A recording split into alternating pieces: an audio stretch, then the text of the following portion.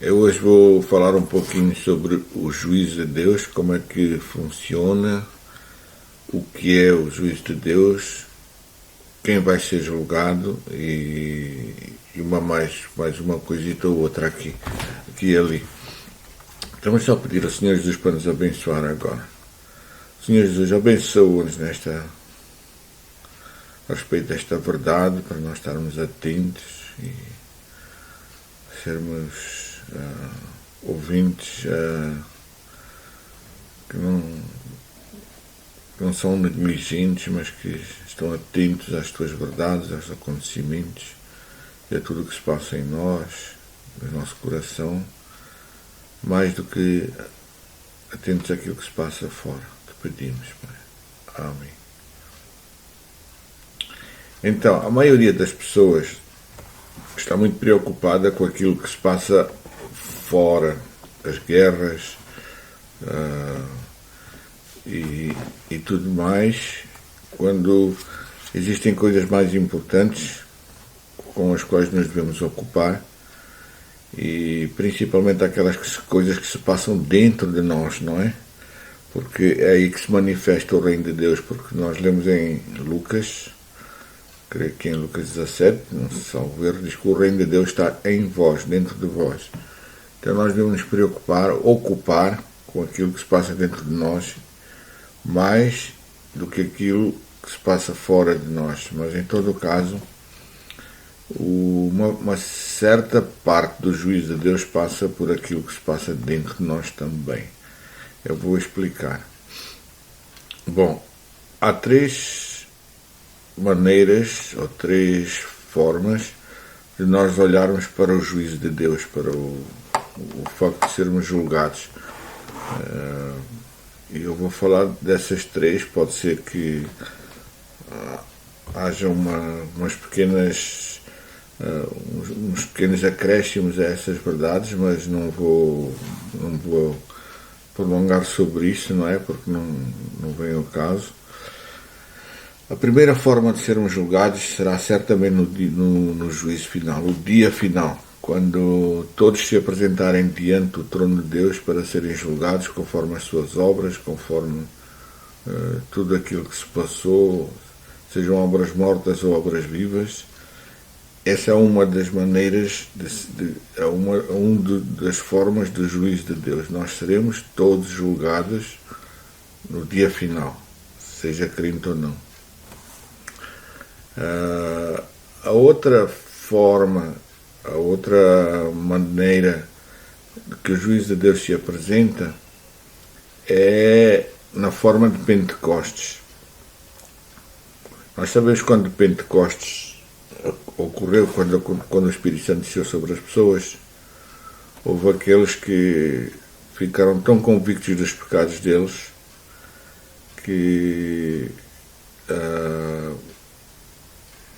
começaram a clamar a Deus, ou a clamar aos apóstolos: o que é que devemos fazer? Estavam cortados nos corações. E é isso que o Senhor Jesus diz em João. Diz assim que quando o Espírito Santo vier, ele vai julgar as pessoas, vai para juízo, porque as pessoas, por causa dos pecados das pessoas, não é? É isso que diz lá. E é isso que nós também lemos em 1 Timóteo 5, no versículo 24.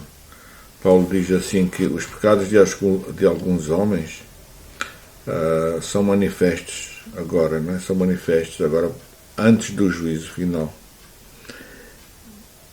De algumas outras pessoas manifestam-se depois. Então, isto em Pentecostes o juízo de Deus chegou. Muitas pessoas pedem um avivamento, não sabendo que o avivamento é igual em todos os sentidos ao verdadeiro juízo de Deus, o juízo final. A única diferença é que Deus vem com o Espírito Santo, esse juízo que chega por via de uma plenitude do Espírito Santo, é para salvar pessoas, ainda dá para salvar, enquanto que no juízo final afinal já não há nada a fazer, não é? As pessoas estão endurecidas demais já para serem convertidas. Então é isso, a única diferença entre Pentecostes e o juízo final é o juízo final, não temos mais hipóteses, e em Pentecostes nós somos convertidos, podemos ser convertidos. Então, quando Pentecostes chega, uns rejeitam, outros aceitam. Nós vimos aquelas pessoas foram cortadas no coração e clamaram ao Pedro: o que é que devemos fazer? Pedro disse: arrependei-vos e convertei-vos para que sejam apagados os vossos pecados e venham tempos de refrigério sobre vós, os tempos da plenitude.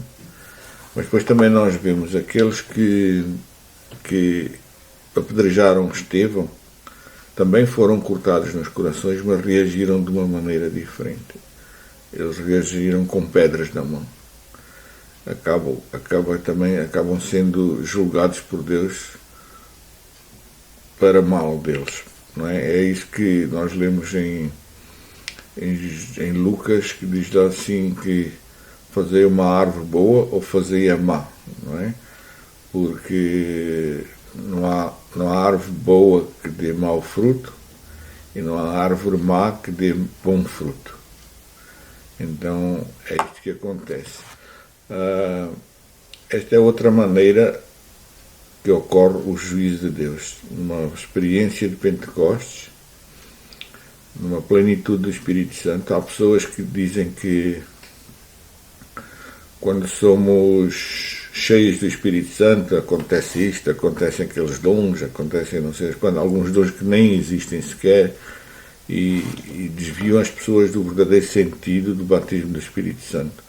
Quando o Espírito Santo desce sobre uma congregação, sobre uma comunidade, sobre uma igreja, sobre uma pessoa, o que acontece é que essa pessoa vai ser julgada para bem, vai ser convicta dos seus pecados, vai ser transformada por Deus. E então esse juízo é uma forma de Deus nos julgar também, não é? E depois, durante esse processo, nós poderemos ser salvos.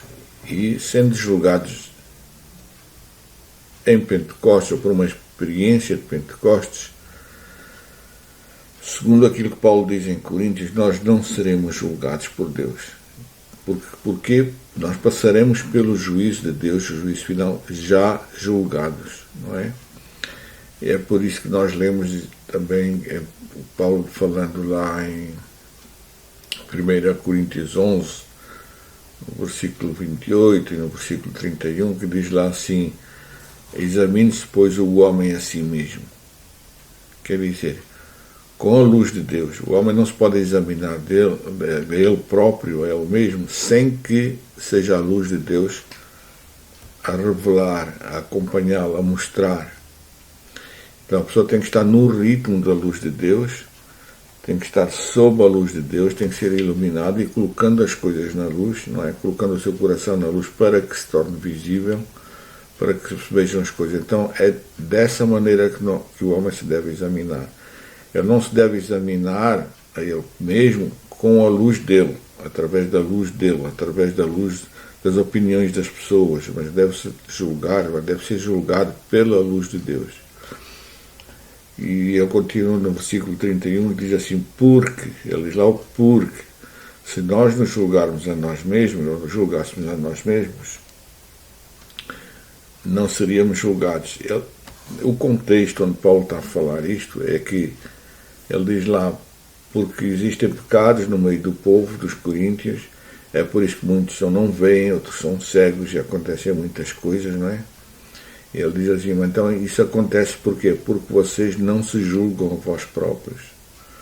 Quer dizer que a outra forma de nós sermos julgados por Deus é nos examinarmos diante de Deus. Nós nos entregamos ao juízo de Deus. Nós nos entregamos à luz de Deus para sermos julgados. Nós nos entregamos à justiça. Então é outra forma de passarmos pelo juízo de Deus. E então Paulo diz assim: se nós nos julgarmos desta forma, sob a luz de Deus, nós não seremos julgados. Porquê? Porque nós já estamos passando pelo juízo de Deus. Quando chegarmos lá, passaremos por esse dia, passaremos como pessoas julgadas, pessoas salvas. Então, eu só queria mencionar estas 3 formas, que no fundo são as mais importantes, não é? Do verdadeiro juízo de Deus. Em primeiro lugar, o juízo final. Em segundo lugar, uma experiência de Pentecostes, porque as pessoas pensam que ser cheio do Espírito Santo é coisa de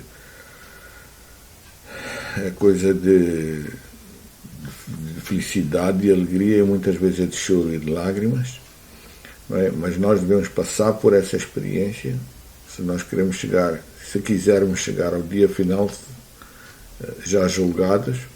E a outra forma é nós nos julgarmos a nós mesmos, examinando-nos sob a luz de Deus, com a luz de Deus, sendo Deus a julgar-nos.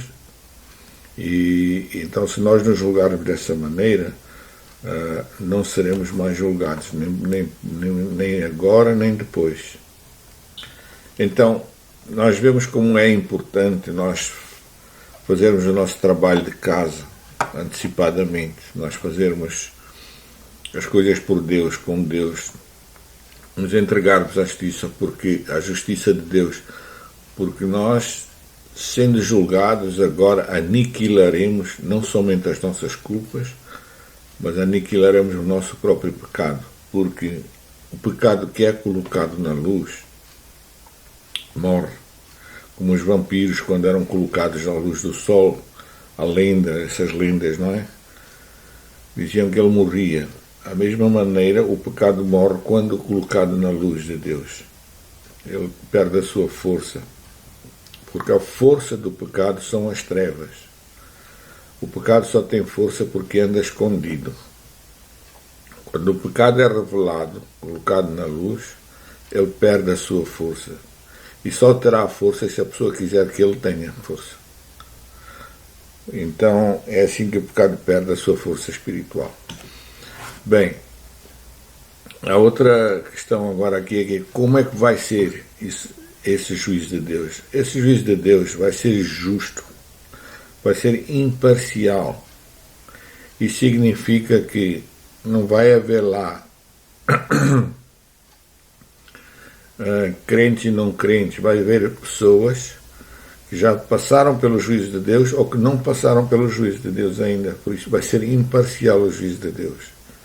Então, se houver um pastor, uma pessoa que não vive bem com Deus dentro da igreja, ela vai ser julgada igualmente com os outros, com os hipócritas, com aquelas pessoas fingidas que acham que são crentes e não são.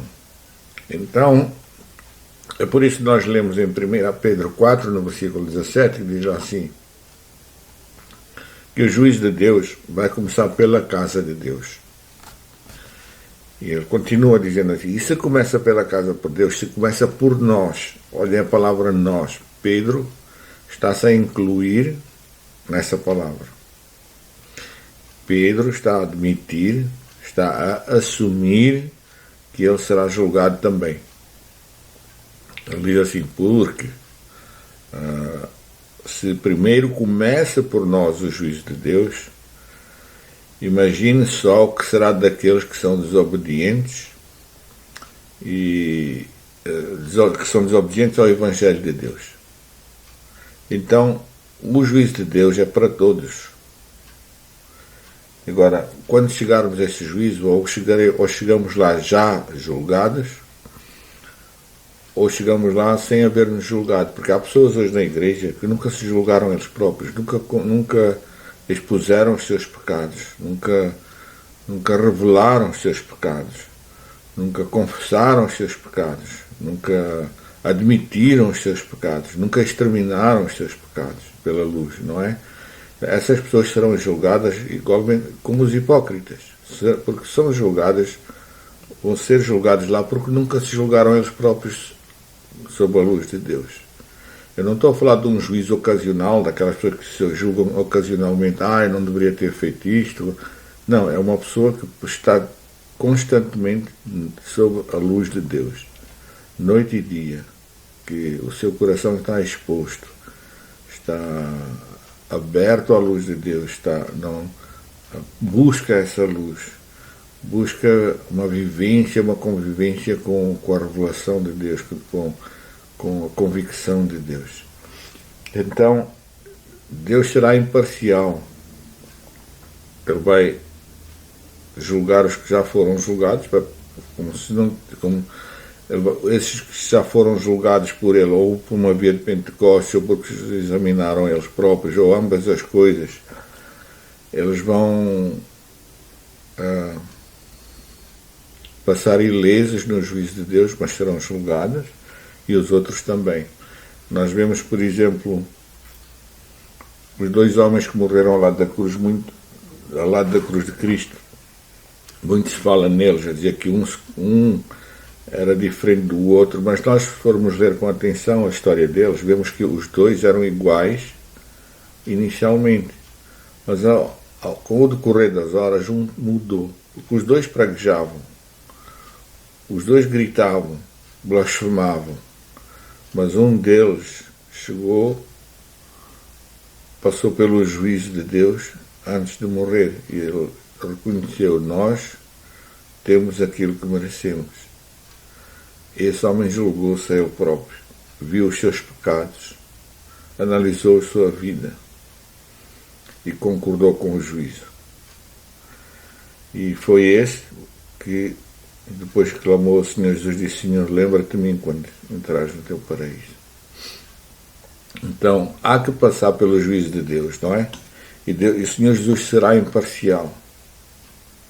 Ele não tem parcialidade nele, não existe essa coisa de ser parcial. Esta coisa dos crentes pensarem que não, o Senhor Jesus vai olhar para mim, Deus vai olhar para mim através do Senhor Jesus. Escuta, o Senhor Jesus existe para exterminar o seu pecado, Ele tira o pecado do mundo. Ele não tapa os olhos para os pecados das pessoas, Ele abre os olhos das pessoas para os seus pecados. Ele faz as pessoas verem aquilo que Ele vê, da maneira que Ele vê. E nada fica escondido, nem nas profundezas do inferno. Existe alguma coisa escondida dos olhos de Deus. Nem nas profundezas da terra. Então, nas profundezas do nosso coração, todas as coisas serão expostas. Os livros serão abertos. Então, não existe esta coisa do crente... só porque é crente, Deus, o Senhor Jesus vai tapar os olhos para os pecados deles. Não existe isso. Isso é uma mentira, uma falácia.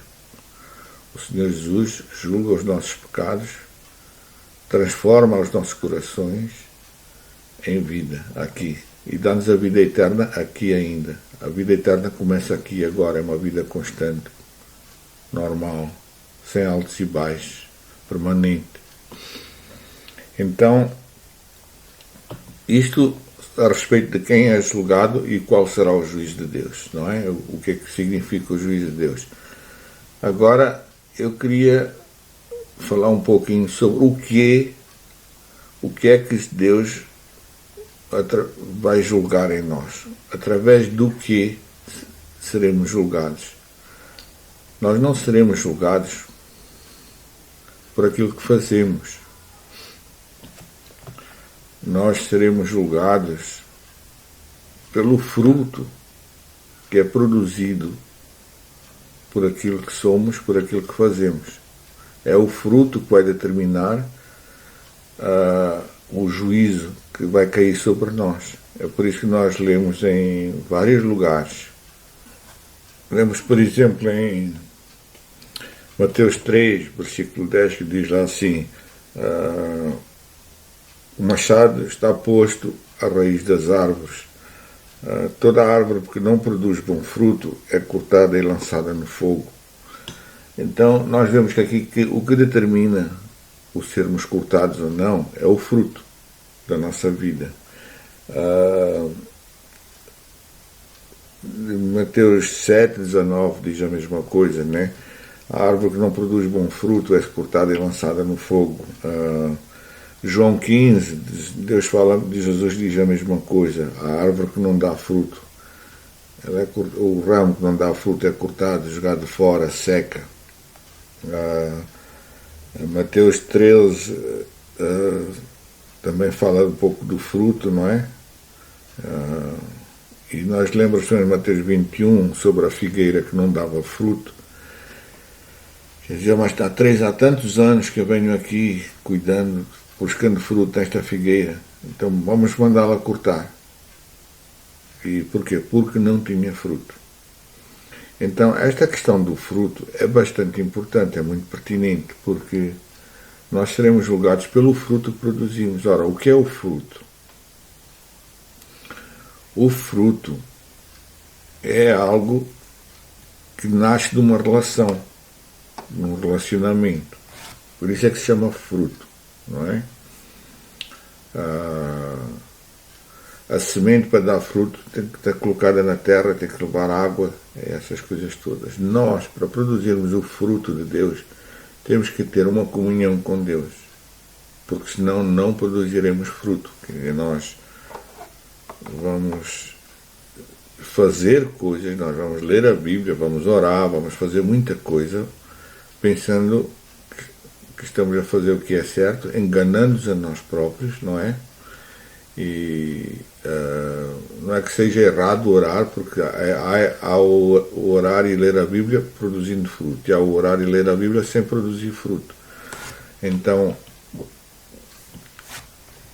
se nós não tivermos esta comunhão, aquilo que nós fazemos não vai produzir bom fruto. E é esse fruto,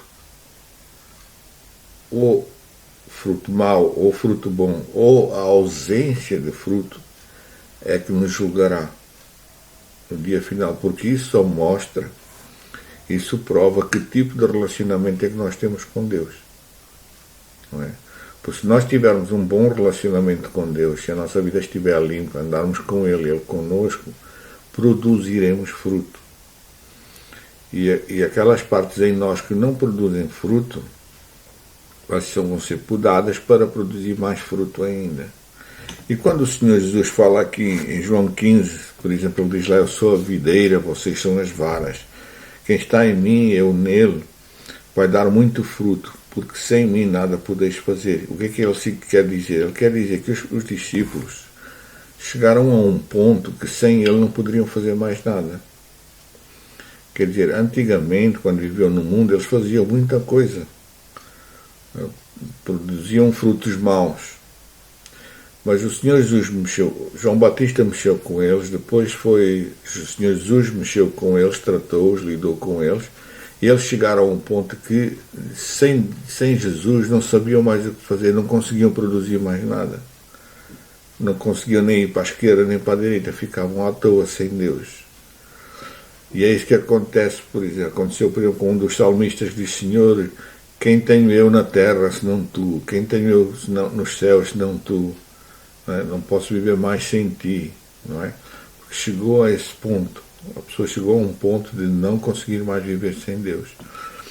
Então, o que acontece aqui é que este fruto só será produzido, só se manifestará através de uma comunhão com Deus. Então, vamos pensar um pouquinho o que é este fruto verdadeiramente, do que é que estamos falando aqui. Nós estamos falando aqui de várias coisas. Vou só mencionar umas quantas, umas poucas. Por exemplo, quando nós trabalhamos para Deus, e essa obra, esse trabalho não produz fruto celestial. Quer dizer, nós provavelmente até enchemos as igrejas de pessoas que não produzem fruto, que se tornam, mudam de ideias, que se dizem crentes, mas que não têm a experiência de Pentecostes, que não têm a experiência de um avivamento real. Essas pessoas serão julgadas pela ausência de fruto, não é?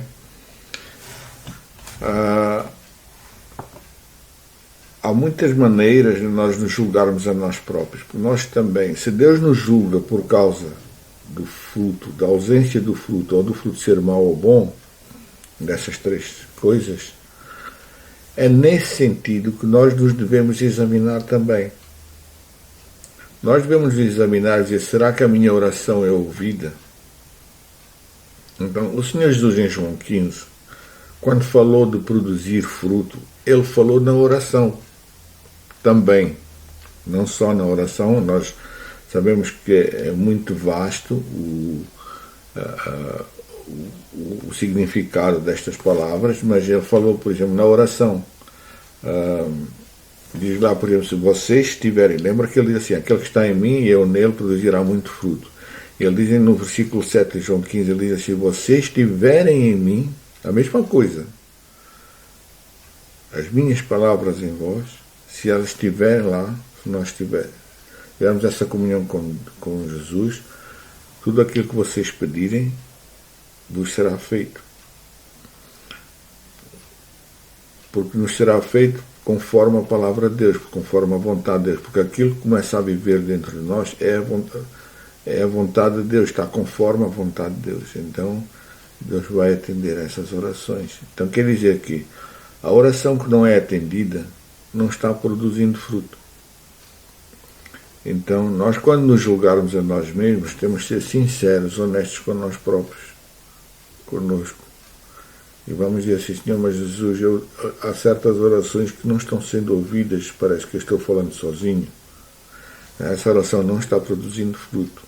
Eu serei julgado, não somente pela falta de fruto da minha oração, mas porque isso revela que eu não tenho uma verdadeira comunhão com Deus. Porque a Bíblia promete que tudo aquilo que pedirmos, diz tudo, a palavra tudo significa bastante. Deus atenderá. Eu sei de crentes que nenhuma oração de Deus é atendida. Há alguns crentes que uma ou outra oração é atendida. Há outros crentes que pensam que a oração foi atendida, não é? Mas nós devemos saber o que é que Deus tem a dizer a respeito dessas coisas. Outras coisas, por exemplo, uma pregação sem fruto genuíno. Há pregadores por aí falsos que ao pregarem criam crentes falsos. No fundo são clientes dele, não é? Não são crentes dele.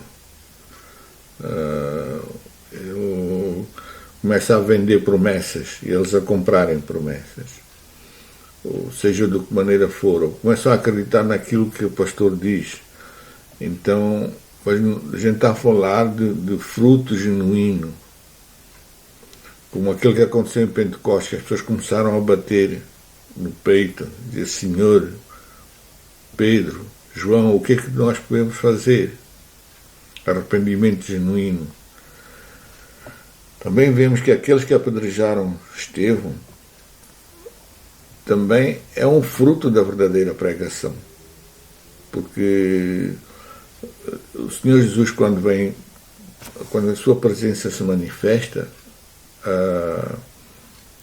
nem tudo será um mar de rosas, não é?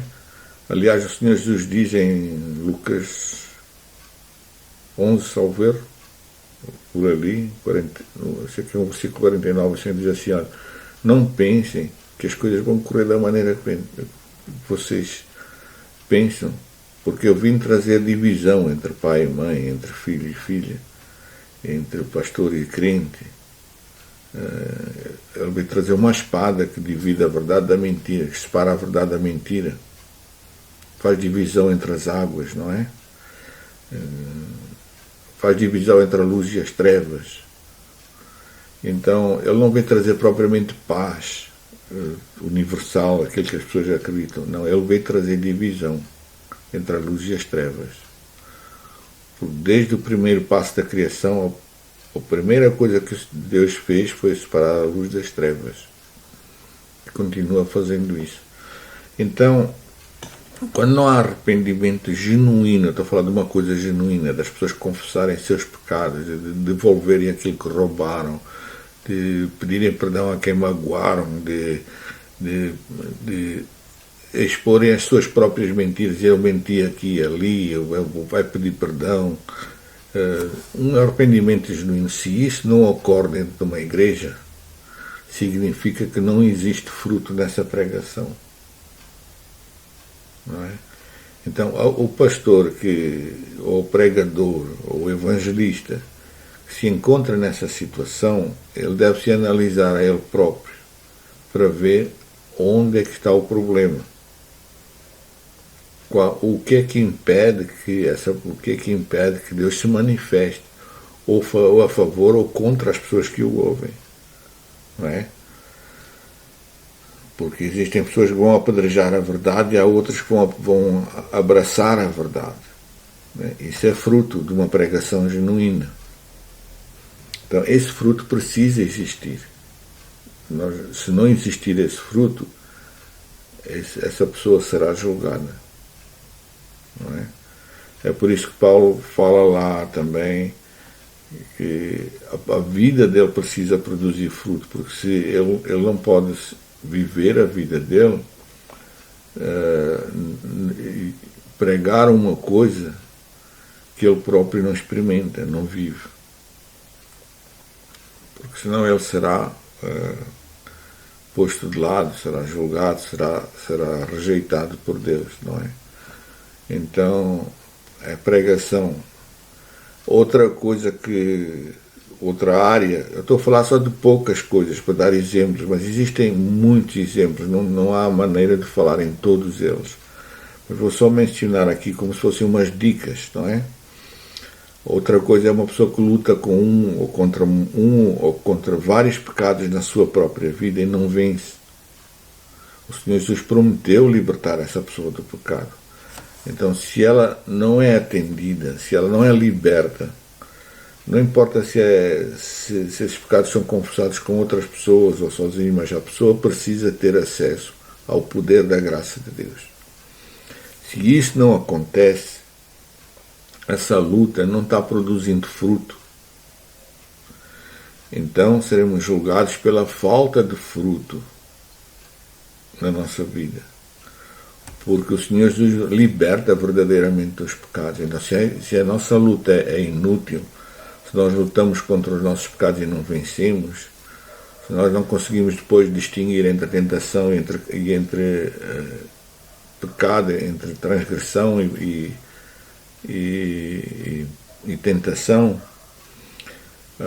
se nós não temos a luz de Deus para ver essas coisas, então nós não estamos produzindo fruto.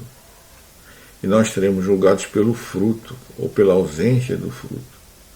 Lembre-se, o fruto mau será julgado, o fruto bom também, e a ausência de fruto também será motivo de juízo de Deus. Então, a outra coisa que nós podemos ver do fruto pelo qual seremos julgados é assim: nós passarmos ilesos por certas provações. O que é que significa passar ileso numa provação? Porque normalmente as pessoas, quando estão sendo provados, eles pensam que a vitória é vencer a provação, quer dizer, é anular a provação, é passar da dor para a felicidade, e não é bem isso, não é? Passar ileso por uma provação significa que durante a provação e até ao fim da provação eu vou manter a minha comunhão com Deus. E depois, se eu conseguir manter essa aprovação, essa comunhão com Deus, é óbvio que todas as provações têm um início e têm um fim. Elas acabam por ser suspensas.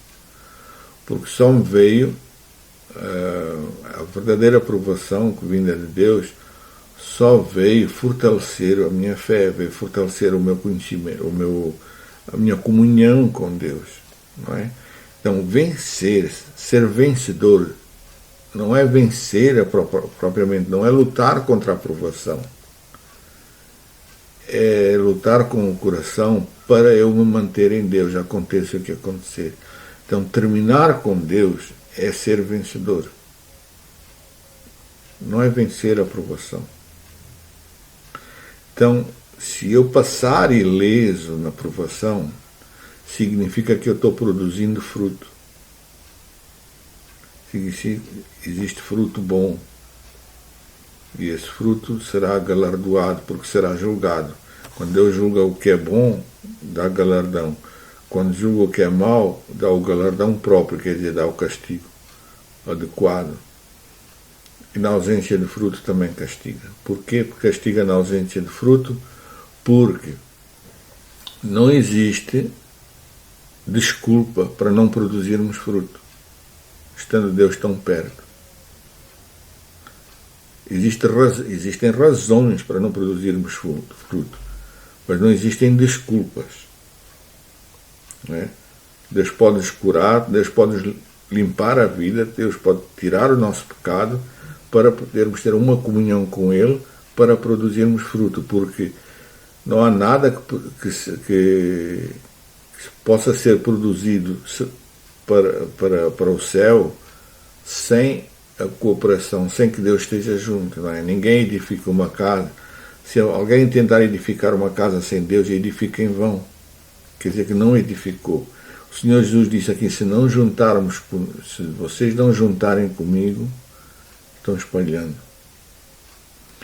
Então o fruto precisa ser produzido, mas só é produzido através desta comunhão real, verdadeira. Tem que ser real e verdadeira, não pode ser fictícia, imaginada ou crida, né? Quer dizer que uma pessoa acredita que aquilo é assim, não sendo. Não é? Porque nós vamos ver pelo fruto se aquela comunhão é real ou não. Não é? Se a pessoa quer começar uma igreja aqui e não consegue, tem que saber porquê, porque que não resultou. Uma nova congregação, não estou a falar destas pessoas que se separam, os separatistas, não é? Que ele não concorda com o pastor, então vai virar pastor também, nem tem formação para isso, aliás, nem foi chamado para isso por Deus. Então, passar ileso pela tentação também é um fruto bom, não é? Olha, estou a falar de passar ileso pela provação, não é tentação, pela provação, e passar ileso pela tentação, são coisas distintas, parecem iguais, mas não são. Então, quando a tentação vem, não basta nós não transgredirmos, não é? Não basta. É necessário não transgredirmos. Não podemos transgredir, mas não basta. Porque essa tentação também vai exigir que depois da tentação nós ainda consigamos ter uma comunhão, uma alegria, uma interação na presença de Deus. Significa que após a tentação, quando ela passar, ou durante ela, a nossa comunhão com Deus mantém-se intacta, o nosso primeiro amor continua lá, ou se calhar o maior ainda, um amor mais brilhante, mais fogoso, mais puro, um amor não fingido, menos fingido, cada vez mais puro, e isso aumentando, isso é o fruto. Pronto, eu estou dando aqui só umas dicas sobre o que é que nos vai fazer passar pelo juízo de Deus. O que é que Deus vai julgar em nós? Deus vai nos julgar pelo fruto, o mau ou bom, ou pela ausência de fruto também. Porque a ausência de fruto significa que nós não temos uma verdadeira comunhão com Deus. E isso é o motivo de sermos julgados. Então, que Deus nos abençoe, né? E que Deus nos consiga fazer pessoas que frutificam e que nós nos possamos analisar a nós próprios com honestidade, sem temor, diante de Deus. Senhor Jesus, obrigado pela tua palavra. Nós pedimos, Senhor, que tu concluas aquilo que estamos começando, Senhor. Que termines aquilo que começamos, Senhor. Que aquilo que o teu Espírito começa, termine, Senhor. Ou seja, chega um bom porto em nós, dentro de nós. Te pedimos em teu nome. Amém.